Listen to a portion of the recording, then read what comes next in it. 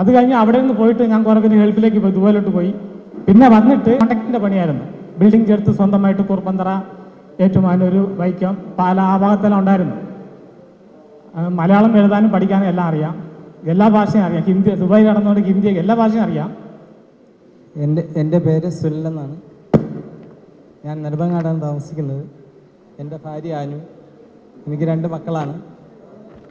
2 പേരും പഠിച്ചുകൊണ്ടിരിക്കുകയാണ്. വെഞ്ഞാറാണ് താമസിക്കുന്നത്. എൻ്റെ ഭാര്യ, എൻ്റെ മകള്, എൻ്റെ മകൻ. Hello hello. ഇപ്പം കച്ചവടം നടത്തുന്നു. പ്രത്യേകിച്ച് പരിചയപ്പെടുത്തേണ്ട കാര്യം ഇവിടെ ഇല്ല, എല്ലാവർക്കും എന്നെ അറിയാവുന്നതാണ്. ഇതെൻ്റെ ഭാര്യയാണ്. എനിക്ക് 2 മക്കളുണ്ട്. മൂത്തത് മകളാണ്. മകൾ അധ്യാപികയാണ്. മകൻ ഒരു ബാങ്ക് ജീവനക്കാരനാണ്.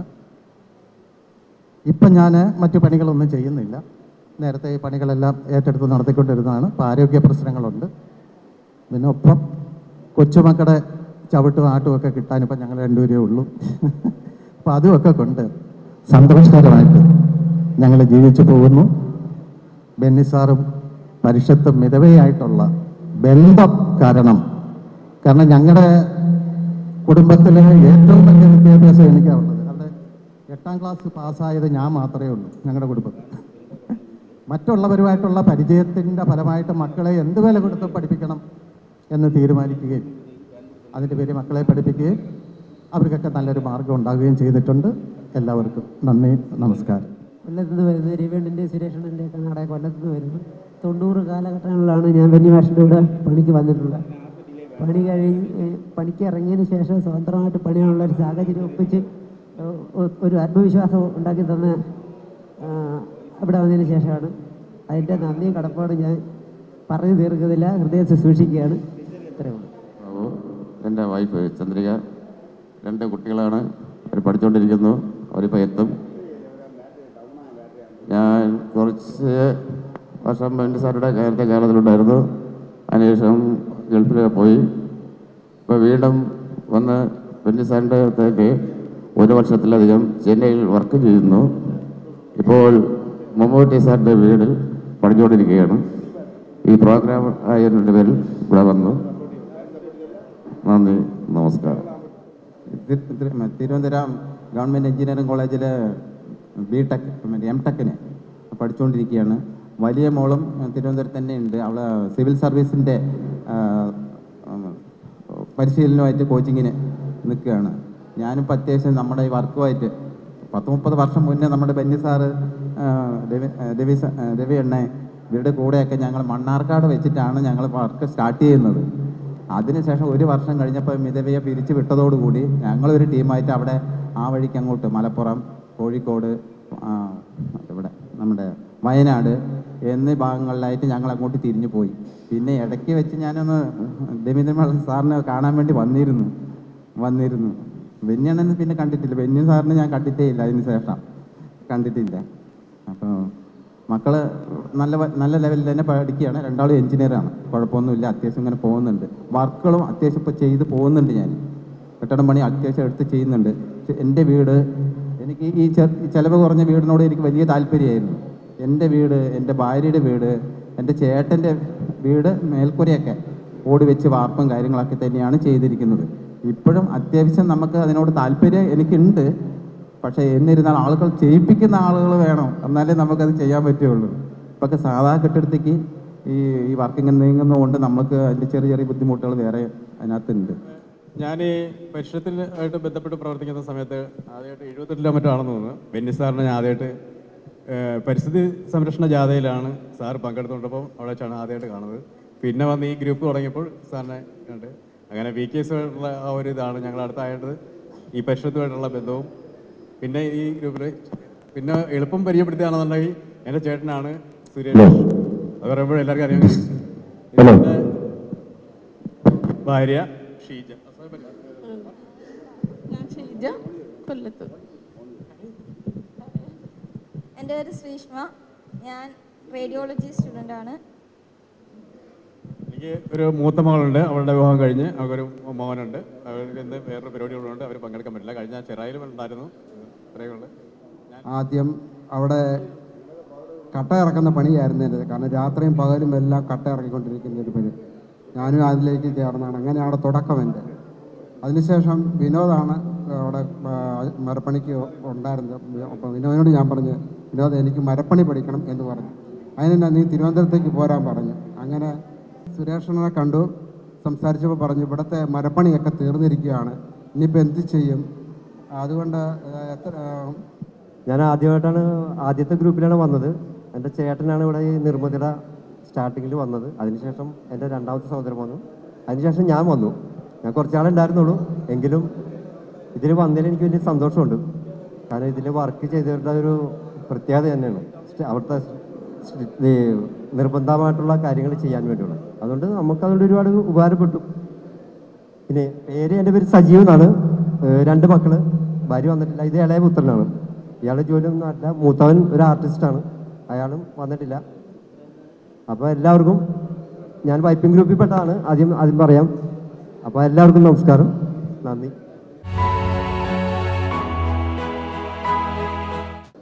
എൻ്റെ പേര് രതീഷ് കുമാർ.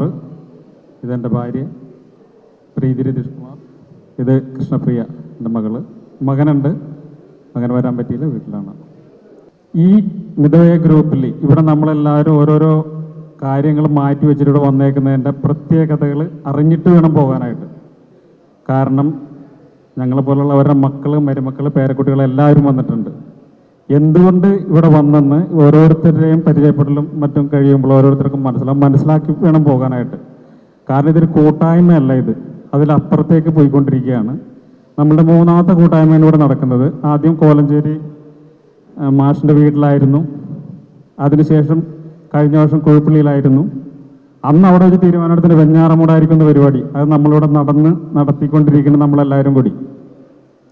പിന്നെ എന്നെപ്പറ്റി പറയുകയാണെങ്കിൽ ഞാനാകെ ഒരു 3 മാസത്തോളമേ ഈ ബെന്നി മാഷിൻ്റെ, സുരേഷണ്ണൻ്റെ, രവിയണ്ണൻ്റെ കൂടെ വർക്ക് ചെയ്തിട്ടുള്ളത്. ഞാൻ ആദ്യം ചെയ്തത് കോട്ടയത്ത് ഒരു 5 വീട് പണിത സ്ഥലം, പേര് എനിക്ക് ഓർമ്മ വരുന്നില്ല, ബാലരമയുടെ ചുങ്കത്തായിരുന്നു. അതിനുശേഷം ഓണക്കൂർ ഒരു വീട്ടിലായിരുന്നു. അവിടെ വെച്ചാണ് എനിക്കൊരു പട്ടാളത്തിലൊരു റിക്രൂട്ട്മെൻറ്റ് വന്ന് അതിന് പോയി. ആ ജോലി കിട്ടി. 24 വർഷം സർവീസ് ചെയ്തു. ഇപ്പോൾ തിരിച്ചു വന്ന് 2017 പോകുന്നു. 29 വരെയും ജോലി ചെയ്യാമായിരുന്നു. മക്കളൊക്കെ വലുതായതുകൊണ്ട് നമ്മൾ ഇപ്പോൾ നാട്ടിലുണ്ട്. ഇപ്പോൾ വൈപ്പിൽ തന്നെ ഒരു സമുദ്ര ഗവേഷണ ഓഫീസിലെ റിസർച്ച് സെൻറ്ററിൽ ആർമിയുടെ ഒരു സെക്യൂരിറ്റി ആയിട്ട് അതിൽ നമ്മൾ വർക്ക് ചെയ്യുന്നു. ഞാൻ ഒന്നുകൂടി നിങ്ങളോട് പറയാൻ ആഗ്രഹിക്കുകയാണ്. ഈ ഗ്രൂപ്പ് വിധവയ ഗ്രൂപ്പിന് അപ്പുറത്തേക്ക് പോയിക്കൊണ്ടിരിക്കുകയാണ്.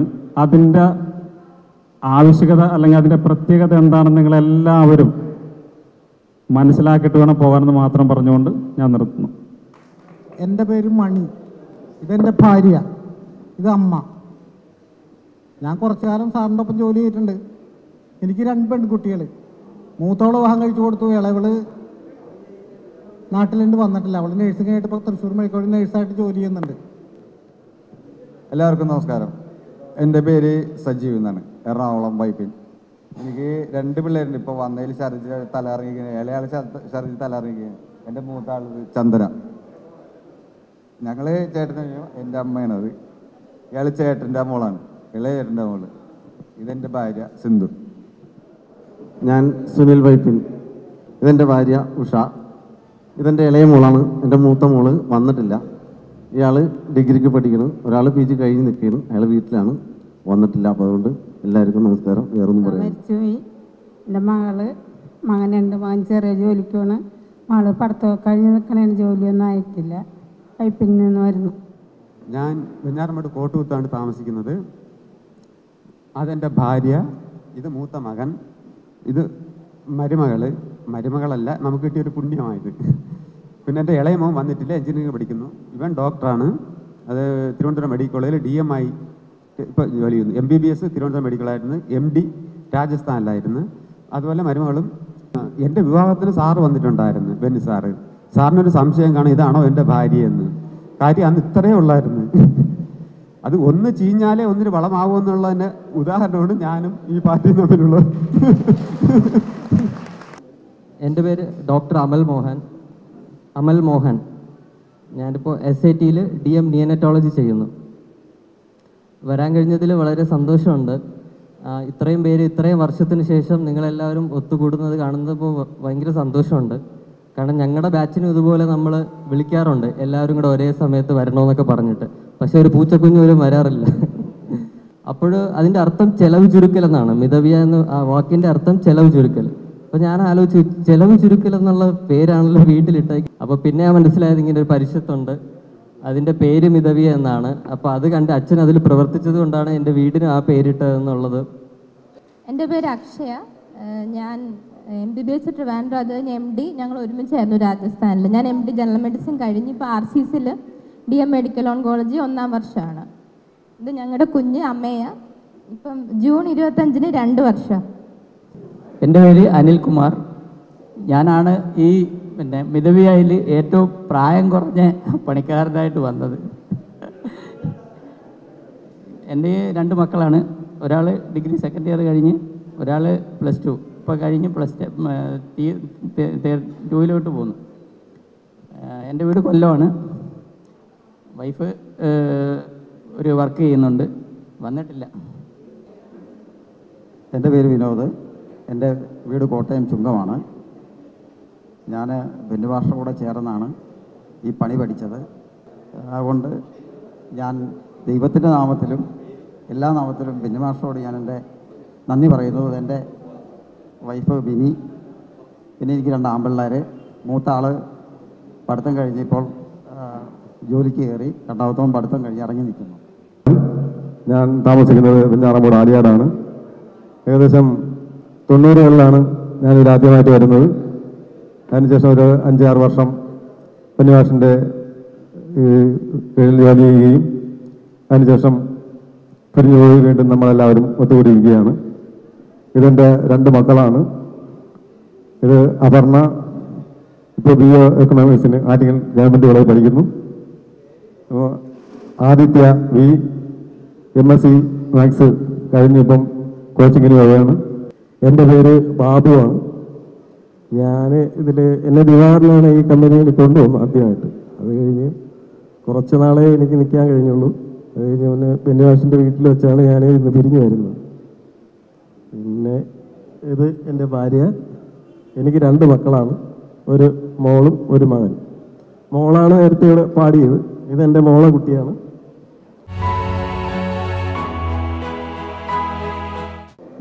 എന്നെ സംബന്ധിച്ചിടത്തോളം പറയാനാണ് എനിക്ക് ഒരുപാട് കഥകളാണ്. അത് വലിയ രസകരമായ കഥകളുണ്ട്, ദുഃഖിപ്പിക്കുന്ന കഥകളുണ്ട്, അങ്ങനെയൊക്കെ ഒരുപാട് കഥകളുണ്ട് നമുക്ക് പറയാൻ. മറ്റേ ഇബ്ബാസ് സാറിനെ തന്നെ ഒന്നും പരിചയപ്പെട്ടില്ല. ഇബ്ബാസ് സാറിന് പറഞ്ഞാൽ മനസ്സിലാവും എനിക്ക് പെട്ടെന്ന്. ദയാനന്ദ സാറ് കണ്ടപ്പോഴേ പേര് പറഞ്ഞപ്പോഴേ മനസ്സിലായി. ഇബ്ബാസ് സാറിൻ്റെ അടുത്ത് പറയാൻ പരിചയപ്പെടാൻ ഈ സമയമുണ്ട്. പിന്നെ അത്രയും പരിചയമുണ്ട്. അതായത് നമ്മൾ അത്രയും വീടുകളുമായിട്ട് ബെന്നുഭാഷും രവിയണ്ണനും സുരേഷണ്ണനും സംബന്ധിച്ച് എനിക്ക് അത്രയും പരിചയമുണ്ടെന്നുള്ളതാണ് എൻ്റെ ഒരു കാഴ്ചപ്പാട്. എൻ്റെ അനുഭവമാണ് പറയുന്നത്. അപ്പം അത് ഞാൻ ഏതാണ്ട് 17ാമത്തെ വയസ്സിലെങ്ങാണ്ടാണ് ഞാൻ ഈ 17ാമത്തെ വയസ്സിലാണെന്ന് തോന്നുന്നു ഞാൻ ഈ മധുര രവീൻ്റെ കൂടെ ബെന്നുഭാഷയുടെ കൂടെ വരുന്നത്. ഞാനത് കുഞ്ഞാ എൻ്റെ 10ാം ക്ലാസ്സൊക്കെ കഴിഞ്ഞ് 2-3 വർഷമൊക്കെ കഴിഞ്ഞ് വരുമോ, ഒരു മൈക്കാട് പണിയൊക്കെ ചെയ്ത്. പിന്നെ അന്നൊക്കെ ഞങ്ങളതൊരു ട്രെയിനിയാണ്. 1 വർഷം കഴിഞ്ഞാൽ പിന്നെ ട്രെയിനിയാണ്. ബെന്നു സാറിൻ്റെ കമ്പനിയിൽ 1 വർഷം മൈക്കാട് പണി കഴിഞ്ഞാൽ പിന്നെ ട്രെയിനിയാണ് പുള്ളി. അതായത് പണി പഠിക്കലാണ്. പിന്നെ പണി 1 വർഷം കഴിയുമ്പോൾ പിന്നെ പണി പഠിക്കലാണ്. അവിടെ വാർത്തെടുക്കുമോ, ഒരു മേശരിയോ അല്ലെങ്കിൽ എഞ്ചിനീയറെയോ അല്ലെങ്കിൽ ഇങ്ങനെയുള്ള ആൾക്കാരെയൊക്കെ വാർത്തെടുക്കുമോ അവിടെ. അത് ഏറ്റവും വലിയ രസം എന്ന് പറഞ്ഞു കഴിഞ്ഞാൽ അത് വാർത്തെടുക്കുക എങ്ങനെയാണെന്ന് ചോദിച്ചാൽ പിന്നെ ഒരു ദുശീലങ്ങളും ഇല്ലാതെ വാർത്തെടുക്കുമായിരുന്നു. അതാണ് ഏറ്റവും കൂടുതൽ ഇന്നും സാറിനെ എനിക്ക് കാണണം, ഞാനിന്ന് വരാൻ കാരണവും എനിക്ക് എപ്പോഴും സാറിനെ കണ്ടുകൊണ്ടിരിക്കണം എന്നുള്ളൊരു ആഗ്രഹം അത് തന്നെ. സാറിൻ്റെയും രവീൻ്റെയൊക്കെ ഒരു കാഴ്ചപ്പാടായിരുന്നു എൻ്റെ. സത്യം പറഞ്ഞാൽ എനിക്ക് ഒരു മനസ്സിൽ ഞാനൊരു സാധാരണ മനുഷ്യനാണ്. അപ്പോൾ എനിക്ക് ഉള്ളിൽ എനിക്ക് പെട്ടെന്ന് ഒരു വികാരം വരുന്ന ഒരാളാണ് സാറേ. ഞാൻ പറഞ്ഞുകൂടാ, എനിക്ക് പെട്ടെന്ന് സ്നേഹം വരുമ്പോൾ പെട്ടെന്ന് മനസ്സിന് വയലിലാവും. എനിക്ക് കണ്ടപ്പോൾ തന്നെ എനിക്ക് വളരെ സന്തോഷം. എൻ്റെ ജീവിതത്തിൽ ഞാൻ എനിക്കിത് പറ്റുമോ, എല്ലാവരെയും കാണാൻ പറ്റുമോ, അത് തന്നെ വലിയ സന്തോഷമാണ്. അപ്പം ഇങ്ങനെ വാർത്തെടുത്ത് ഇത്രയും പേര് ഇവിടെ ഇരിക്കുക, അത് വലിയ സന്തോഷം. അവിടെ മോഹനും പറഞ്ഞല്ലോ, മോനെ ഡോക്ടറാണ്. അപ്പം ഞാൻ പറഞ്ഞു, മോനെ ഞാൻ അച്ഛൻ്റെ കല്യാണത്തിന് വന്ന ഒരാളാണെന്ന് പറഞ്ഞു. മോഹൻ്റെ മോൻ്റെ അടുത്ത് ഡോക്ടർ എവിടെ പോയിട്ട് 2 പേര് ദേവടിക്കുന്നുണ്ട്. അപ്പോൾ പറഞ്ഞു, മോൻ്റെ അച്ഛൻ്റെ കല്യാണത്തിന് വന്ന ഒരാളാണ് ഞാൻ. എന്നെ കണ്ടു കഴിഞ്ഞാൽ അങ്ങനെ ഓന്തൊന്നുമില്ല, കാരണം എന്തോ പിന്നെ കൊച്ചാണ് എനിക്ക്. അപ്പോൾ അങ്ങനെ വന്ന ഒരാളിപ്പോൾ പുറകിൽ പറഞ്ഞു എന്ന് പറയും. അത്രയും ആൾക്കാരെ ഇവിടെ കാണാൻ പറ്റുന്നുള്ളൊരു വലിയ സന്തോഷമാണ്. അത് എനിക്കും ഞാനും തൽക്കാലം അത്യാവശ്യം സാറിനൊക്കെ അടുത്ത് പോയിട്ട് പണിയൊക്കെ പഠിച്ച് ഞാനും വലിയ നിലയിലൊന്നും അല്ല എങ്കിൽ തന്നെയും കുറേ വർക്കുകളൊക്കെ നമ്മൾ ചെയ്യുന്നുണ്ട്. 2-3 കെട്ടിടങ്ങളൊക്കെ കഴിഞ്ഞ ഒരു മാസം 3 വീടിൻ്റെ പാലുവെച്ചുണ്ടായിരുന്നു. ഒരു 1500 സ്ക്വയർ ഫീറ്റൊക്കെ 1800 അത് എനിക്ക് ചെയ്യാൻ പറ്റുന്നത് നിങ്ങളൊക്കെ അനുഗ്രഹം കൊണ്ട് കിട്ടുന്ന ഒരു ഭാഗ്യമാണ്. അല്ലാതെ ഇത് വലിയ കഴിവൊന്നും കാര്യം നടക്കില്ല. പക്ഷെ അന്നത്തെ അവസ്ഥ പറയുക, അന്നത്തെ കാര്യങ്ങൾ അന്ന് പഠിച്ചതിൻ്റെ ഒരു കഴിവ് നമ്മളിവിടെ പ്രകടിപ്പിച്ചെന്നുള്ളൂ, പറഞ്ഞെന്നുള്ളേ ഉള്ളൂ. മണിയണ്ണൊക്കെ വർഷങ്ങളായി അല്ലയോ, മണിയണ്ണയൊക്കെ കണ്ടിട്ട് എത്രയോ വർഷം. അപ്പം എനിക്ക് കുറേ ഈ കൂടുതൽ ഏറ്റവും കൂടുതൽ പരിചയമുള്ള എനിക്കാണെന്ന് എനിക്ക് തോന്നുന്നത്. ഏറ്റവും കൂടുതൽ പരിചയമുള്ള എനിക്കാണെന്ന്. കാരണം ഞാൻ 10-17 വയസ്സ് വന്നിട്ട് എൻ്റെ 25-26 വയസ്സ് വരെ ഞാൻ ഉണ്ടായിരുന്നു. പെരിസാറിൻ്റെ കൂടെ, ദിവ്യൻ്റെ കൂടെയും സുരേഷിൻ്റെ കൂടെ ഉണ്ടായിരുന്നു. അതാണ് ഏറ്റവും വലിയ സത്ത്. അത് കഴിഞ്ഞിട്ട് ഗൾഫിൽ പോയി. ഗൾഫിലൊക്കെ മറ്റേ മസ്കറ്റ്, ദുബായ്, അബുദാബി അവിടെ ഇവിടെയൊക്കെ പോയി. എല്ലാം കഴിഞ്ഞ് ഒരു രക്ഷയില്ല. പിന്നെ അങ്ങനെ നാട്ടിൽ കൂടാമെന്ന് വിചാരിച്ചു. അങ്ങനെ വന്ന് വീണ്ടും നാട്ടിൽ തന്നെ നമ്മുടെ അവസ്ഥ, നമ്മുടെ കരണ്ടി പണിയെടുത്തൊക്കെ ജീവിക്കുക. എൻ്റെ സാറും ദിവ്യനും ഒക്കെ തന്ന തൊഴിലനുസരിച്ച് നമ്മളിന്ന് വ്യവസായിച്ച് ജീവിക്കുന്നു. സന്തോഷം. എല്ലാവർക്കും നന്ദി, നമസ്കാരം. സത്യൻ, ഞാൻ 90-കളിൽ കമ്പനിയിൽ വർക്ക് ചെയ്തുകൊണ്ടിരുന്നത്. എൻ്റെ സ്ഥലം വെഞ്ഞാറമൂട്. ഇതെൻ്റെ മകള് ഡിഗ്രിക്ക് പഠിക്കുന്നു, മിന്നു. മദ്രാസിൽ എൻ്റെ ഓഫീസിൽ നിന്ന് 5 പേര് വന്നിട്ടുണ്ട്. അവരെയും കൂടെ ഒന്ന് പരിചയപ്പെടുത്താം. തമിഴൊരു 12 വർഷമായിട്ട് എൻ്റെ കൂടെ ജോലി ചെയ്യുകയാണ്. എൻ്റെ ഓഫീസിൽ ഞാൻ കഴിഞ്ഞാൽ അടുത്ത ഒരു ചാർജായിട്ട് തമിഴാണുള്ളത്. കോതമംഗലംകാരിയാണ്, ഓഫീസിൽ വർക്ക് ചെയ്യുന്നു. മാലതി തിരുവണ്ണാമലയാണ് സ്വദേശം. മാലതി 6 വർഷമായിട്ട് എൻ്റെ കൂടെ ഉണ്ട്. അത്യാവശ്യത്തിന് മലയാളം മനസ്സിലാക്കുകയും സംസാരിക്കുകയൊക്കെ ചെയ്യും. കാരണം ബാക്കിയുള്ളവരൊക്കെ വിളിച്ചു കഴിഞ്ഞപ്പോൾ പ്രിയ പറഞ്ഞ എനിക്ക് മനസ്സിലാവും സമയത്ത് എങ്ങനെയായിരുന്നു ഒരു ബന്ധം എന്നുള്ളത്. ഇപ്പോഴത്തെ ഒരു ജനറേഷന് അല്ലെങ്കിൽ ഇപ്പോഴത്തെ ഒരു തലമുറയ്ക്ക് ഇത് പറഞ്ഞാൽ മനസ്സിലാക്കാനായിട്ട് ബുദ്ധിമുട്ടാണ്. അന്നൊരു കുടുംബം പോലെ കഴിഞ്ഞതാണ് അതിൻ്റെ ഒരിത്.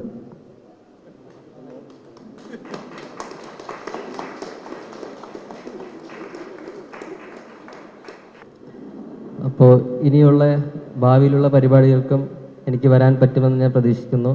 എല്ലാവരെയും ഇനി കാണാൻ പറ്റുമെന്ന് പ്രതീക്ഷിക്കുന്നു. വളരെ സന്തോഷമുണ്ട്. നന്ദി. നമ്മുടെ കൂട്ടത്തിലുണ്ടായിരുന്ന ഉണ്ണി ഇന്ന് വന്നില്ല, കാരണം ഉണ്ണിക്ക് ഒരു മരണം സംബന്ധമായിട്ട് പങ്കെടുക്കേണ്ടതായിരുന്നു. ഞാറയ്ക്കൽ ഉണ്ണി ചെറായി. പുള്ളിയുടെ മകൻ വരച്ച ബെന്നി സാറിൻ്റെ ഒരു അതിമനോഹരമായ ചിത്രം, അത് ബെന്നി സാറിന് സമ്മാനിക്കുന്നു. അത് കൊടുക്കുന്നതിന് വേണ്ടി ഇക്ബാൽ സാറിനെയും ദയാനന്ദ് ബാബു സാറിനെയും ക്ഷണിക്കുന്നു.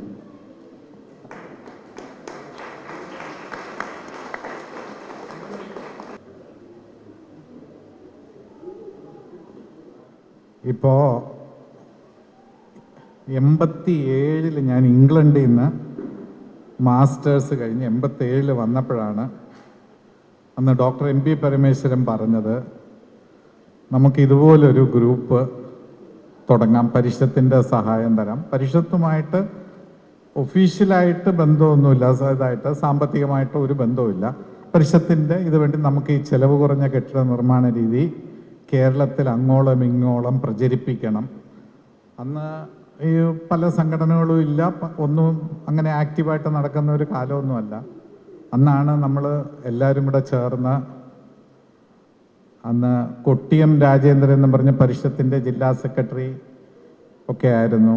കൊട്ടിയം രാജേന്ദ്രന് ഇന്നിവിടെ എത്താൻ പറ്റിയില്ല. ഇന്ന് പരിഷത്തിൻ്റെ ജില്ലാ വാർഷികം നടക്കുന്ന കാരണം പുള്ളി ഇപ്പോഴും പരിഷത്തിൽ വളരെ ആക്റ്റീവാണ്, ഇന്ന് എത്താൻ പറ്റിയില്ല. അന്ന് കൊട്ടിയം രാജേന്ദ്രൻ 84 ഞാൻ പാസ്സായ സമയത്ത്, ഞാൻ ഡിഗ്രി കഴിഞ്ഞ സമയത്ത് എൻ്റെ കൂടെ ലോറി ബേക്കറിൻ്റെ കീഴിൽ ഞാൻ വർക്ക് ചെയ്യുമ്പോൾ ലോറി ബേക്കറിൻ്റെ സൈറ്റിൽ പണിയെടുക്കാൻ ഈ പരിശീലനം പോലെ നേടാനായിട്ട് ലോറി ബേക്കറിൻ്റെ സൈറ്റിൽ വന്നതാണ്. അത് കഴിഞ്ഞ് ഞാൻ 85 കെട്ടിടം പണിയാൻ തുടങ്ങുമ്പോൾ കൊട്ടിയം രാജേന്ദ്രനായിരുന്നു പല കെട്ടിടങ്ങളും അന്ന് കൂടെ ഉണ്ടായിരുന്നത്. കൂടെ തുടങ്ങുന്ന 85 കെട്ടിടങ്ങൾ, കൊട്ടിയത്ത് 2-3 കെട്ടിടങ്ങളുണ്ട്. അന്ന് നമ്മുടെ പരിഷത്തിൻ്റെ തന്നെ സംസ്ഥാന ജനറൽ സെക്രട്ടറിയും പ്രസിഡൻറ്റും ഒക്കെ ആയിരുന്ന കെ കൃഷ്ണകുമാർ. ഇന്ന് തിരുവനന്തപുരം പരിഷത്തിൻ്റെ വാർഷികമായിരുന്നു, വരാമെന്ന് പറഞ്ഞിരുന്നതാണ്. പക്ഷേ ഇന്ന് തിരുവനന്തപുരം ജില്ലാ വാർഷികം നടക്കുന്നത് കൊണ്ട് വരാനായിട്ട് പറ്റാത്തതാണ്. കെ കൃഷ്ണകുമാർ. കെ കൃഷ്ണകുമാറിൻ്റെ വീട് 85-86 കാലഘട്ടത്തിൽ പണിതതാണ്. അത് കഴിഞ്ഞ് ഇംഗ്ലണ്ടിൽ നിന്ന് തിരിച്ചു വന്നപ്പോഴാണ് ഇത് തുടങ്ങുന്നത്. അപ്പോൾ ഇത് തുടങ്ങി കഴിഞ്ഞപ്പോഴത്തേക്കും ഈ സാധാരണ നമുക്ക് അന്നത്തെ ഒരു കെട്ടിട നിർമ്മാണ രീതി എന്ന് പറഞ്ഞു കഴിഞ്ഞാൽ എന്തൊക്കെയോ പണിയുന്നു, ഒരു കൃത്യമായിട്ട് ഒരു എന്നും ഒരു പണിക്കാരൻ എന്ന് പറഞ്ഞു കഴിഞ്ഞാൽ എന്താണ് അതിൻ്റെ സാങ്കേതിക വശമെന്നോ അല്ലെങ്കിൽ ഇതൊന്നും മനസ്സിലാക്കാതെ കെട്ടിടം പണിയുന്ന രീതിയാണ് ഉണ്ടായിരുന്നത്. 87 വന്നു കഴിഞ്ഞ് 88 ആയപ്പോഴത്തേക്കും തന്നെ രവി കൂടെ ചേരുന്നു.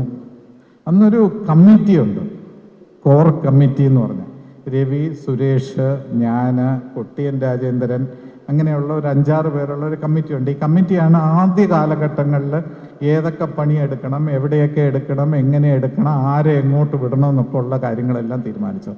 പിന്നെ കുറച്ച് കഴിഞ്ഞപ്പോഴത്തേക്കും കമ്മിറ്റി കുറച്ചുകൂടെ വിപുലീകരിച്ചു. കാരണം നമ്മൾ എല്ലാ സൈറ്റിൻ്റെയും ഹെഡ് മേസന്മാരെ ഇതിനകത്തോട്ട് പെടുത്തി. അപ്പോൾ അന്നൊക്കെ വളരെ ചിട്ടയോടുകൂടിയാണ്. ഏറ്റവും പ്രധാനപ്പെട്ട ഇനം മദ്യപിക്കാൻ പാടില്ല എന്നുള്ളതാണ്. ഒരു സൈറ്റിലും മദ്യപിക്കാൻ പാടില്ല. ഇപ്പോൾ ഒരുപാട് പേര് അന്ന് പണിയുടെ കൂടെ വന്നിട്ട് നമ്മുടെ കൂടെ പണിയാൻ തുടങ്ങും.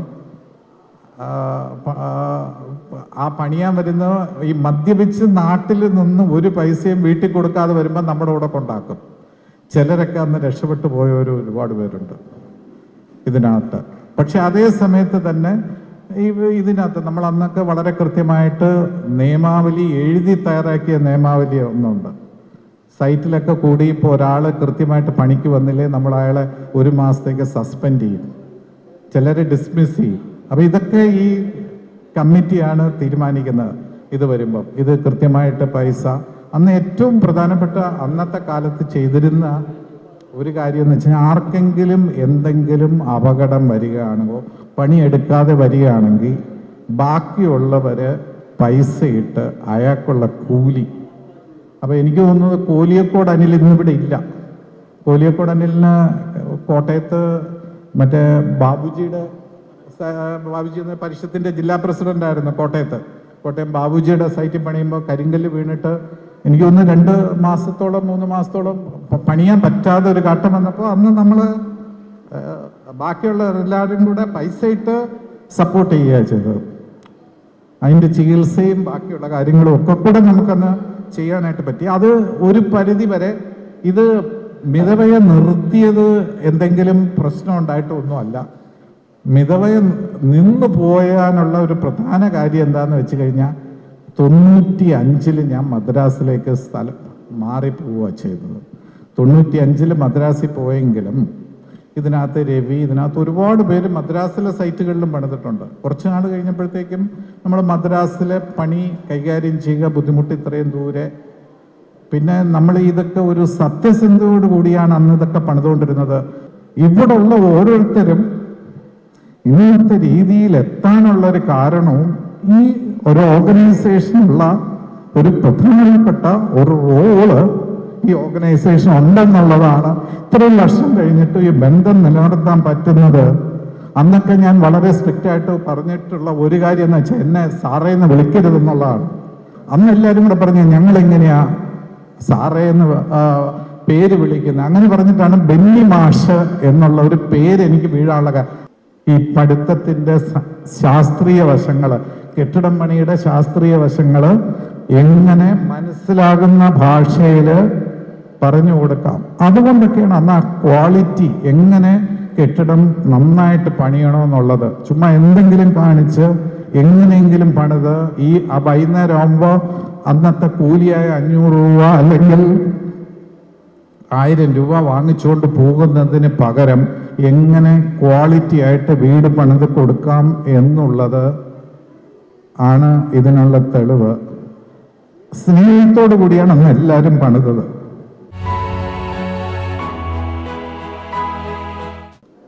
യുദ്ധം കഴിഞ്ഞു കബന്ധങ്ങൾ ഉന്മാദ നൃത്തം ചവിട്ടിക്കുഴച്ചു രണങ്കണം. യുദ്ധം കഴിഞ്ഞു കബന്ധങ്ങൾ ഉന്മാദ നൃത്തം ചവിട്ടിക്കുഴച്ചു രണാങ്കണം. രക്തമൊഴുകിത്തളം കെട്ടി നിന്നു മൺമത്തയിൽ കാൽ തെറ്റി വീണു നിഴലുകൾ. ധൂവിലെ സംഭ്രാമരംഗങ്ങളിൽ വിഷധൂളികൾ വീശും സരസഞ്ജയങ്ങളിൽ തെന്നൽ മരണം മണം പിടിക്കുമ്പോലെ തെന്നി നടന്നു പടകുടീരങ്ങളും. ആ യുദ്ധഭൂവിൽ നിലം പതിച്ച്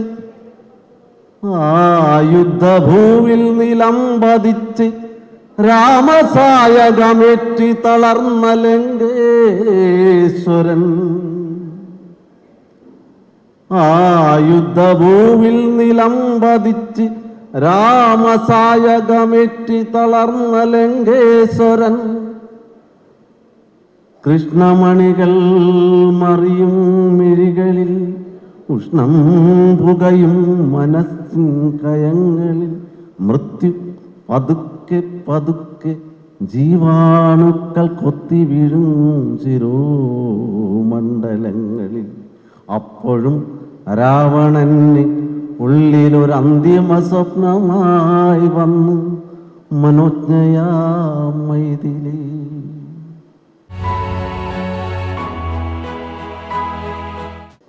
ഈ കുടുംബത്തിലെ ഒരംഗമായിട്ടാണ് ഞാൻ സ്വയം കരുതുന്നത്. അതിലെനിക്ക് അഭിമാനവും സന്തോഷവുമുണ്ട്. അതിന് മുമ്പ് നടന്ന കുടുംബ സംഗമത്തിൽ എനിക്ക് പങ്കെടുക്കാൻ പറ്റിയില്ല. ഒരുപക്ഷെ രവിയെ അറിയിച്ച് കാണാനാണ് സാധ്യത. പക്ഷേ ഇനിയുള്ള കുടുംബ സംഗമങ്ങൾ തീർച്ചയായിട്ടും പങ്കെടുക്കുന്നതാണ്. രവി അറിയിക്കണമെന്ന് ഞാൻ അഭ്യർത്ഥിക്കുകയാണ്. തീർച്ചയായിട്ടും അടുത്ത സംഗമങ്ങളിൽ പങ്കെടുക്കുന്നതാണ്. ബെന്നി സൂചിപ്പിച്ച പോലെ 2 വീടുകളാണ് എനിക്ക് വേണ്ടി നിർമ്മിച്ചിട്ടുള്ളത്. അപ്പം നിങ്ങളുടെ വീട് നിർമ്മാണത്തിൻ്റെ ഒരു പ്രത്യേകത, അതിനൊരു ബെന്നി ടച്ച് ഉണ്ട്. ആ ബെന്നി ടച്ചിനൊരു പ്രത്യേകതയുണ്ട് ഒത്തിരി. മറ്റുള്ളവർ വീട് വെക്കുന്ന പോലെയല്ല. ചിലവ് കുറഞ്ഞ വീട് വെക്കുക, ബേക്കർ സ്റ്റൈൽ വീട് വെക്കുക, പ്ലാസ്റ്റർ ചെയ്യാത്ത വീട് വെക്കുക, അങ്ങനെ ഒത്തിരി പേര് ചെയ്യുന്നുണ്ട്. അതിൽ നിന്നൊക്കെ വ്യത്യസ്തമായ ഒരു തത്വശാസ്ത്രം ഈ വീട് നിർമ്മാണത്തിലുണ്ട്. ഒരു ഫിലോസഫിയുണ്ട്. അതിലൊന്ന് തീർച്ചയായിട്ടും മിതവ്യയം എന്ന് പറഞ്ഞാൽ കുറച്ച് ചിലവാക്കുക എന്നല്ല അർത്ഥം, ആവശ്യത്തിന് ചിലവാക്കുക എന്നുള്ളതാണ്. അനാവശ്യമായി ചിലവാക്കേണ്ട ആവശ്യത്തിൽ ചിലവാക്കണം. പക്ഷേ അതിൽ താമസക്കാരുടെ ആ വീട്ടിൽ താമസിക്കുമ്പോൾ അവരുടെ ജീവിതം എങ്ങനെയാണ്, അവരെന്തിനൊക്കെയാണ് മുൻഗണന കൊടുക്കുന്നത് എന്ന് അവരുമായി ചർച്ച ചെയ്ത് അതനുസരിച്ചാണ് വീട് വെക്കുന്നത്. ഇപ്പോൾ എന്നെ സംബന്ധിച്ചിടത്തോളം എനിക്ക് എഴുതാൻ വായിക്കാൻ ഒരു മുറി വേണം എന്നുള്ളത് വളരെ പ്രധാനമാണ്. അതിനേക്കാൾ ഏറ്റവും പ്രധാനപ്പെട്ട ഒരു കാര്യം നിങ്ങളുടെ നിർമ്മാണ രീതിയുടേത് അതിനൊരു സൗന്ദര്യം ഉണ്ടെന്നുള്ളതാണ്, ഒരു ഈസ്തെറ്റിക്സ് ഉണ്ട്. അതാണ് പലരും പലതും ചെയ്യും. ഇപ്പോൾ സർജറി, ഇപ്പോൾ ഞാനും ഡോക്ടർ ധ്യാനന്ദ ബാബുവും സർജൻസാണ്. വളരെ മികച്ച സർജറി ചെയ്യുന്ന പല ആളുകളെയും നമുക്കറിയാം. പക്ഷേ ചില സർജറി ചെയ്യുമ്പോൾ ഒരു പ്രത്യേകത നമുക്ക് തോന്നും, ഒരു പ്രത്യേക സൗന്ദര്യം നമുക്ക് തോന്നും. ഇപ്പം ഞങ്ങളെ 2 പേരെയും പരിശീലിപ്പിച്ച ഡോക്ടർ മാത്യു വർഗീസ് സാറുണ്ട്. ഇപ്പോൾ സർജറി ചെയ്യുമ്പോൾ നിങ്ങൾ 2 കൈകളും ഉപയോഗിക്കേണ്ടി വരും. അപ്പോൾ സാറ് സർജറി ചെയ്യുമ്പോഴുള്ള സാറിൻ്റെ ചലനങ്ങൾ ഒരു നർത്തകിയുടെ അല്ലെങ്കിൽ ഒരു സംഗീതജ്ഞൻ്റെ കരചലനങ്ങൾ പോലെ നമുക്ക് അനുഭവപ്പെടും. അതാണൊരു പ്രത്യേകത. അപ്പോൾ ബെന്നി നേതൃത്വം കൊടുക്കുന്ന നിങ്ങളുടെ ഗ്രൂപ്പ് ഒരു വീട് വെക്കുമ്പോൾ അതിൻ്റേതായ ഒരു സൗന്ദര്യം നമുക്ക് കാണാൻ കഴിയും. സാധാരണ ടൈൽസാണ് ഉപയോഗിച്ച്, ഓടാണ്, ചാലക്കുടിയിൽ നിന്ന് പോളിഷ് ചെയ്ത്. അപ്പോൾ ആര്യ അപ്പോൾ പറയുമായിരുന്നു എന്നോട്, വീട്ടിൽ ആളുകൾ വരുമ്പം ആദ്യം കാണുന്ന ഇതാണല്ലോ. ഞാൻ 1993 താമസമാക്കി. അതിനുശേഷം 2008 എനിക്കൊരു ഹാർട്ട് അറ്റാക്ക് വന്നപ്പോൾ കേരളത്തിലെ വളരെ പ്രമുഖരായ ചില ആളുകൾ എൻ്റെ വീട്ടിൽ വന്നിരുന്നു. ഞാൻ അവരുടെ പേരിവിടെ പറയുന്നില്ല. അവരൊക്കെ അത്ഭുതത്തോടെ നോക്കി, ഇത് എവിടെ നിന്ന് കിട്ടി, ഇത് കൊള്ളാമല്ലോ, വില കൂടുതലാണോ എന്നാണ് ആദ്യത്തെ ചോദ്യം. മാത്രമല്ല ഇന്നത്തെ ഈ കോവിഡ് കാലത്ത് ഇപ്പോൾ ഞാനിവിടെ നോക്കുമായിരുന്നു, ജനാലുകളിലൊക്കെ പറയുന്ന ഒരു കാര്യം, വെന്റിലേഷൻ ഈസ് വെരി ഇമ്പോർട്ടൻറ്റ്. ഒരു വീട്ടിൽ ഏറ്റവും അധികം വേണ്ടത് അവിടെ താമസിക്കുന്നവരുടെ ആരോഗ്യത്തിന് വേണ്ട ഒന്ന് വെന്റിലേഷനാണ്. എൻ്റെ 2ാമത്തെ വീട് ബെന്നി ചെയ്തതിനൊരു എന്താണ് അതിന് നമ്മൾ പറയുന്ന കാവ്യനീതി എന്ന് ഒരു പ്രയോഗമുണ്ട് മലയാളത്തിൽ. അപ്പോൾ എൻ്റെ വീട്ടിലേക്ക് വന്നു കഴിഞ്ഞാൽ ആരും താഴോട്ട് ഇറങ്ങാൻ പറ്റുമെന്ന് ഭയപ്പെടും. ഇറങ്ങിക്കഴിഞ്ഞാൽ കാറ് തിരിച്ചെടുക്കാൻ പറ്റുമെന്ന്. കഴിഞ്ഞ ദിവസം ദയാനന്ദ ബാബു വന്നപ്പോൾ എനിക്ക് ദയാനന്ദ ഒരു പക്ഷേ ധൈര്യമായിട്ട് ഇറങ്ങി വന്നു, ധൈര്യമായിട്ട് കറക്കും അല്ലേ. സാധാരണ ഒരു കുഴിക്കാത്ത മുകളിൽ നിന്ന് താഴോട്ടാണ് ഇറങ്ങുന്നത്. അതായിരുന്നു എൻ്റെ മനസ്സിൽ. സത്യത്തെ അന്നൊരു പ്ലോട്ടും വരച്ചു. ഈ 20 സെൻറ്റ് സ്ഥലത്ത് ഇങ്ങനെ പരന്ന് കിടക്കുന്ന ഒരു വീട് അദ്ദേഹം വിഭാവനം ചെയ്തു. അന്ന് തലേക്കുന്നൽ ബഷീറാണ് ട്രിവാൻഡ്രം ഡെവലപ്മെൻറ്റ് അതോറിറ്റിയുടെ ചെയർപേഴ്സൺ, എൻ്റെ ബന്ധുവും കൂടാണ്. അദ്ദേഹം ഉടൻ തന്നെ അനുവാദം തന്നു. വീട് പണിയാൻ വേണ്ടിയൊക്കെ തീരുമാനിച്ചപ്പോൾ എന്നെ കോഴിക്കോട്ടേക്ക് സ്ഥലം മാറ്റി തിരിച്ചെന്തായാലും തിരുവനന്തപുരത്ത് വരികയാണെന്ന് അന്നത്തെ സ്ഥിതിയിൽ ഉറപ്പാണ്. അപ്പോൾ അതുകൊണ്ട് അവിടെ വീട് വെക്കുന്ന ഞാൻ ഉപേക്ഷിച്ചു. പക്ഷെ നോക്കൂ, പിന്നീട് എനിക്ക് അവിടെ വീട് വെക്കേണ്ടി വന്നപ്പോൾ ബേക്കറിൻ്റെ പ്രിയ ശിഷ്യനായ ബെന്നിയെ കൊണ്ട് തന്നെ അത് ചെയ്യിക്കാൻ പറ്റിയത് എനിക്ക് വളരെ അഭിമാനവും സന്തോഷവുമുണ്ട്. അവിടെയാണ് ഞാനിപ്പോൾ താമസിക്കുന്നത്.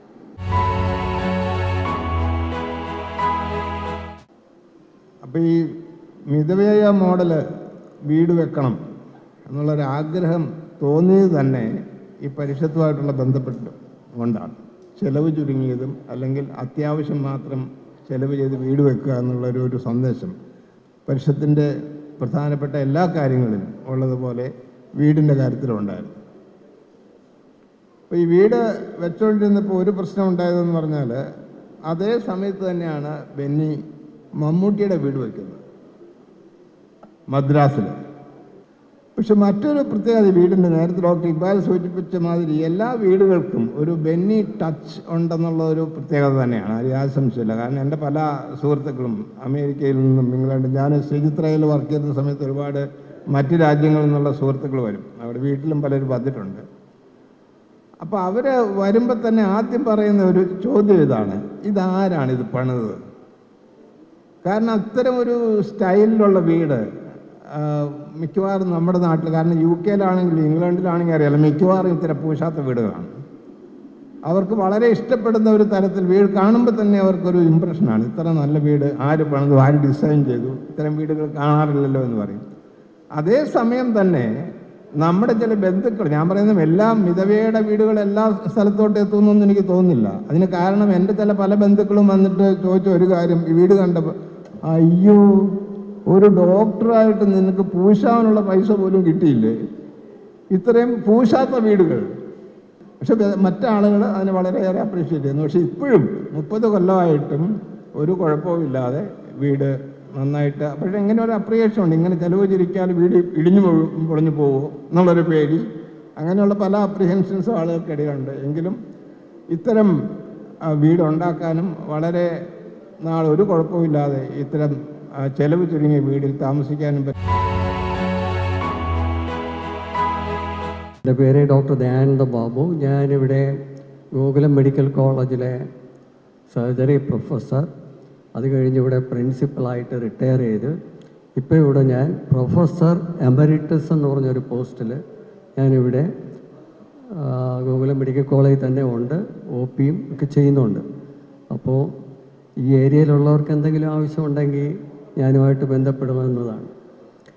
ഞാനിവിടെ വന്നപ്പോൾ എനിക്ക് ഏറ്റവും കൂടുതൽ ഈ കൂട്ടായ്മയിൽ വരണമെന്നുള്ളത്, ഞാൻ എപ്പോൾ എൻ്റെ കോട്ടയത്തായിരുന്നു ഞാൻ വർഷങ്ങൾ, 30 വർഷത്തോളം ഞാൻ കോട്ടയത്തായിരുന്നു, കോട്ടയം മെഡിക്കൽ കോളേജിലായിരുന്നു. അപ്പോൾ അവിടെ വെച്ചാണ് ബെന്നിയെ പരിചയപ്പെടുന്നതും ഞാൻ എൻ്റെ വീട് വെക്കുന്നതും. അപ്പോൾ വീട്ടിൽ ഞാൻ എപ്പോൾ ഇരുന്നാലും എനിക്ക് എപ്പോഴും ഓർമ്മ വരുന്നത് എൻ്റെ ഈ വീട് എങ്ങനെ ഇവിടെ പൊങ്ങി വന്നു എന്നുള്ളതാണ്. അപ്പോൾ എനിക്ക് ഏറ്റവും കൂടുതൽ വിഷമമുള്ളത് മുരളി എന്ന് വളരെ ചെറുപ്പമാണ്. ഏറ്റവും വലിയ കല്ലുകളെല്ലാം മുരളിയുടെ തലയിലോട്ട് ഇവർ എടുത്തു വെച്ചു കൊടുക്കും. അപ്പോൾ മുരളി ഈ കല്ല് ചുമന്നുകൊണ്ട് പോയി ആ അടിസ്ഥാനത്തിലിടുന്നതാണ് എൻ്റെ എപ്പോഴുമുള്ള ഓർമ്മ. അത് ഞാൻ ഇടയ്ക്കിടയ്ക്ക് എൻ്റെ വീട് കാണുമ്പോൾ മുരളി ഓർക്കാതിരിക്കാൻ പറ്റില്ല. അതുപോലെ തന്നെ ഓട് പാകുമ്പോൾ മുരളി ആ എഡ്ജിൽ കയറി ഇരിക്കുകയാണ്. എനിക്ക് വളരെ പേടിയായിരുന്നു. ഈ മുരളി താഴെ വല്ലതും വീണ എൻ്റെ തലയിലിരിക്കും. കാരണം അത്രയ്ക്കും അതെങ്ങനെയാണ് മുരളി അവിടെ പിടിച്ചിരിക്കുന്നതെന്ന് ഞാൻ രവിയുടെ അടുക്ക ചോദിക്കുമായിരുന്നു. അപ്പോൾ രവി പറയും, മുരളി ഒരു കാരണവശാലും താഴെ വീഴില്ല. ആ 2ാമത്തെ നിലയുടെ സ്ലോപ്പിലൊക്കെ ആ എഡ്ജിൽ വന്ന് മുരളി ഇരിക്കുന്ന കാണുമ്പോൾ എനിക്ക് പേടി തോന്നുമായിരുന്നു. അപ്പോൾ അതുകൊണ്ട് ഈ കെട്ടിയ ജീവനക്കാരെ, വീട് വെച്ചവരെ ഒരിക്കലും നമുക്ക് മറക്കാൻ പറ്റില്ല. അപ്പോൾ അവരുടെ കൂട്ടായ്മ, എനിക്ക് ഈ മിതവ്യയ കൂട്ടായ്മ എന്ന് എനിക്ക് അറിഞ്ഞുകൂടായിരുന്നു. മിതവിയ ഗ്രൂപ്പ് എന്ന് അവിടെ ഒരു ബോർഡ് ഞാൻ കണ്ടു, പക്ഷേ എനിക്ക് അറിഞ്ഞുകൂടായിരുന്നു ഇത് ബെന്നിയുടെ ഗ്രൂപ്പിൻ്റെ പേരാണ് മിതവിയോ എന്നുള്ള എനിക്ക് അറിഞ്ഞുകൂടായിരുന്നു. അത് ഞാൻ 2 പ്രാവശ്യം അങ്ങോട്ടും ഇങ്ങോട്ടും ക്രോസ് ചെയ്തിട്ടാണ് പിന്നെ ഞാൻ രവിയെ വിളിച്ചിട്ടാണ് ഞാൻ ഇങ്ങോട്ട് വരുന്നത്. വീട് കെട്ടുന്നെന്ന് പറഞ്ഞപ്പോൾ തന്നെ ബെന്നി എന്നോട് ഒരു കാര്യം പറഞ്ഞു, സാർ നമുക്ക് കട്ടച്ചിറയിലെ കട്ട എടുക്കണമെന്ന് പറഞ്ഞു. എനിക്കറിയില്ല ബെന്നി ഓർക്കും, ഇപ്പോൾ കട്ടച്ചിറയിലെ കട്ട കിട്ടില്ല. കട്ടച്ചിറയിലെ കട്ട, അപ്പോൾ ഞാൻ ബെന്നിയോട് ചോദിച്ചു അതെങ്ങനെ, അതിനെന്തോ പ്രത്യേകത, ഈ കട്ടച്ചിറയിലെ കട്ടയ്ക്ക് എന്താണ് പ്രത്യേകത? അതിപ്പോൾ വന്ന് എൻ്റെ വീട് കണ്ടാൽ മനസ്സിലാവും കട്ടച്ചിറയിലെ കട്ടയുടെ പ്രത്യേകതയാണ്. അത് ഈ കമ്പനി കട്ടയുടെ കണക്ക് ഒരേ കണക്ക് ബേൺ ചെയ്യില്ല, പല കളറാണ്. അപ്പോൾ ഒരുമാതിരി പിങ്ക് കാണും, റെഡിഷ് കളർ കാണും, ബ്രൗൺ കളർ കാണും, പല പല കളറാണ് ആ കട്ടയ്ക്ക്. അപ്പോൾ ബെന്നി പറഞ്ഞു കട്ടച്ചിറയിലെ കട്ട വെച്ച് വേണം നമുക്ക് വീട് ചെയ്യാൻ. അങ്ങനെ ഞാൻ കോട്ടയം മെഡിക്കൽ കോളേജിലെ ഇപ്പോഴത്തെ സൂപ്രണ്ട് ഡോക്ടർ ജയകുമാർ, ജയകുമാർ എൻ്റെ PG സ്റ്റുഡൻ്റായിരുന്നു. ഞങ്ങൾ രണ്ടും കൂടെ ആ കട്ടച്ചിറ വില്ലേജ് മുഴുവൻ, ജയകുമാറിൻ്റെ അച്ഛനും ഉണ്ടായിരുന്നു, അവിടുത്തെ അധ്യാപകനാണ്, മൊത്തം നടന്നാണ് നമുക്ക് ആവശ്യമുള്ള. അപ്പോൾ ഈ അധ്യാപകൻ ആ ഏരിയയിൽ അറിയപ്പെടുന്ന ഒരാളാണ്, ഈ ഡോക്ടർ ജയകുമാറിൻ്റെ അച്ഛൻ. അപ്പോൾ ഓരോ സ്ഥലത്ത് ചെല്ലുമ്പോൾ പറയും സാർ ഈ കട്ട വേണ്ട, ഇത് കൊള്ളില്ല. അപ്പോൾ അവർ തന്നെ ഇങ്ങോട്ട് പറയും. അങ്ങനെ നല്ല കട്ടകളെടുത്ത് ചെയ്തൊരു വീടാണ്. ഒക്കെ കഴിഞ്ഞിട്ട് അവസാനം ഹൗസ് വാമിങ് സമയത്തൊരു തമാശയുണ്ട്. അന്നത്തെ MG യൂണിവേഴ്സിറ്റിയുടെ കൺട്രോളർ ഡോക്ടർ രാമചന്ദ്രൻ എൻ്റെ വീട്ടിൽ വന്നു. അപ്പോൾ അദ്ദേഹം പറഞ്ഞ് ഒരു കമൻറ്റ്, ചിലവ് എത്ര ആയാലും വേണ്ടിയില്ല, വീട് ലോ കാസ്റ്റ് ആയിരിക്കണം എന്ന് അതിനകത്ത് കയറിയിട്ട് പുള്ളി ഒരു കമൻറ്റ് പറഞ്ഞിട്ട് പോയി. ഏതായാലും എനിക്ക് തോന്നുന്നു 2-3 പ്രത്യേകതകൾ ബെന്നിയുടെ വീടിനുള്ള. ഒന്ന് അതിൻ്റെ എസ്തെറ്റിക്സാണ്. ഒരു കാരണവശാലും ആ വീട് പുറമേ നിന്ന് നോക്കിയാൽ, ഞാൻ എപ്പോഴും പറയും എൻ്റെ വീടിൻ്റെ നേരെ ഓപ്പോസിറ്റ് താമസിക്കുന്നത് അവിടുത്തെ ഏറ്റവും വലിയ ധനികനായ ഒരു ഡോക്ടറാണ്. അപ്പോൾ ആ വീട്ടിൽ മമ്മൂട്ടി വരും, മോഹൻലാൽ വരും, സുരേഷ് ഗോപി വരും, ശ്രീനിവാസൻ വരും, അവരൊക്കെ അവിടെ വന്ന് താമസിക്കും. അപ്പോൾ ഞാൻ പറയും അവരവിടെ ഇരുന്നുകൊണ്ട് കാണുന്നത് എൻ്റെ വീടാണ്. അവർക്ക് ആ വീടിൻ്റെ പുറംവശം കാണാൻ പറ്റില്ലല്ലോ. ബെന്നി ഡിസൈൻ ചെയ്ത എൻ്റെ വീടാണ് അവരെപ്പോഴും നിന്ന് കാണുന്നത്. അപ്പോൾ അതിനൊരു ഭംഗി ഏതായാലും ഉണ്ടെന്ന് ഞാൻ ഇപ്പോഴും കരുതുന്നു. കുറച്ചുകൂടെ മെയിൻ്റനൻസ് വർക്കൊക്കെ ഉണ്ടെന്നാലും ഏറ്റവും വലിയ പ്രത്യേകത ഞാൻ കാണുന്നത് നേരത്തെ പറഞ്ഞ കണക്ക് വെളിച്ചം, വെന്റിലേഷൻ. ഈ ട്രിവാൻഡ്രം ഏരിയയിൽ നിന്ന് ഒരു 2 ഡിഗ്രി കൂടെ ടെമ്പറേച്ചർ കൂടുതലാണ് കോട്ടയത്ത് എപ്പോഴും, ഏത് കാലാവസ്ഥയിലും. അപ്പോൾ ഇപ്പം ഞങ്ങൾ പോയപ്പോഴും എനിക്ക് തോന്നി എൻ്റെ ഈ ഡ്രോയിങ് ഏരിയ ഡബിൾ ഹൈറ്റാണ്. അപ്പോൾ അതിനകത്തിരുന്ന 2 ഡിഗ്രി കോമ്പൻസേറ്റ് ചെയ്യും, ഇവിടുത്തെ കിടക്കേ ചൂട് തോന്നുള്ളൂ. അതുപോലെ സെൻട്രൽ ഏരിയയും ഡബിൾ ഹൈറ്റിലാണ്. അപ്പോൾ അതുകൊണ്ട് എനിക്ക് തോന്നുന്നത് നല്ല കാറ്റ് എങ്ങനെയാണെങ്കിലും വിൻഡോ തുറന്നിട്ടാൽ എപ്പോഴും കാറ്റ്. ഏറ്റവും പ്രിയപ്പെട്ട അധ്യക്ഷൻ, വേദിയിലും സദസ്സിലുമുള്ള ബഹുമാന്യരെ, ഈ കുടുംബസംഗമത്തിൽ പങ്കെടുക്കാൻ പറ്റുന്നു എന്ന് പറയുന്നത് വളരെ സന്തോഷകരമായ കാര്യമാണ്. മിതവയുടെ രൂപീകരണ കാലം മുതൽ അതിൻ്റെ സമീപത്തുകൂടി നടക്കാൻ ഭാഗ്യം ലഭിച്ച ഒരാളാണ് ഞാൻ. ഇവിടെ ഇപ്പോൾ അധ്യക്ഷൻ സൂചിപ്പിച്ചതുപോലെ മിതവയിലേക്ക് ഒരുപാട് പേരെ നിർദ്ദേശിക്കാനും ഇപ്പോഴും അതിൽ സജീവമായി ആ രംഗത്ത് നിൽക്കുന്ന ഒട്ടേറെ പേരുണ്ട്. എനിക്ക് തോന്നിയ ഏറ്റവും പ്രധാനപ്പെട്ട കാര്യം, ശാസ്ത്ര സാഹിത്യ പരിഷത്തിൻ്റെ അടുപ്പ്, പുകശല്യമില്ലാത്ത അടുപ്പിൻ്റെ വ്യാപനത്തിൻ്റെ ഒരു ഘട്ടത്തിലാണ് ഡോക്ടർ MB പരമേശ്വരൻ ഈ കുടത്തിൽ നിന്ന് ഒട്ടേറെ ഭൂതങ്ങളെ തുറന്നു വിട്ടിട്ടുണ്ട്. അതുപോലൊരു ഭൂതമാണിത്.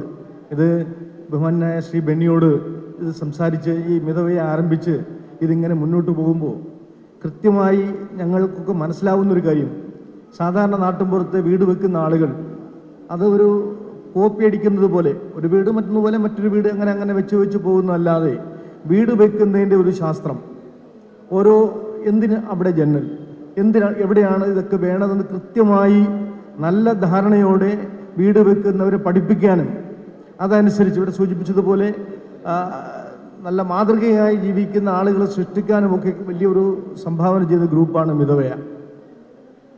മിതവ്യയ നിർമ്മിച്ച ഒട്ടേറെ കെട്ടിടങ്ങൾ വളരെ തലയെടുപ്പോടെ കേരളത്തിലും പുറത്തുമൊക്കെ ഉണ്ട് എന്നത് ഞാൻ കണ്ടിട്ടുണ്ട്, എനിക്കറിയാം. അതുകൊണ്ട് ഈ കൂടിച്ചേരൽ, ഇതിൽ പങ്കെടുക്കുന്ന സുഹൃത്തുക്കളുടെ കൂടിച്ചേരൽ വളരെ പ്രധാനപ്പെട്ടതാണ്. ഇതൊരു പക്ഷേ കേരളത്തിലെ ഒരു ഗൃഹനിർമ്മാണ മേഖലയിലെ ഒരു അന്വേഷണമായിരുന്നു. ഇത് എങ്ങനെയാണ് ചെലവ് കുറഞ്ഞ രീതിയിലും ഏറ്റവും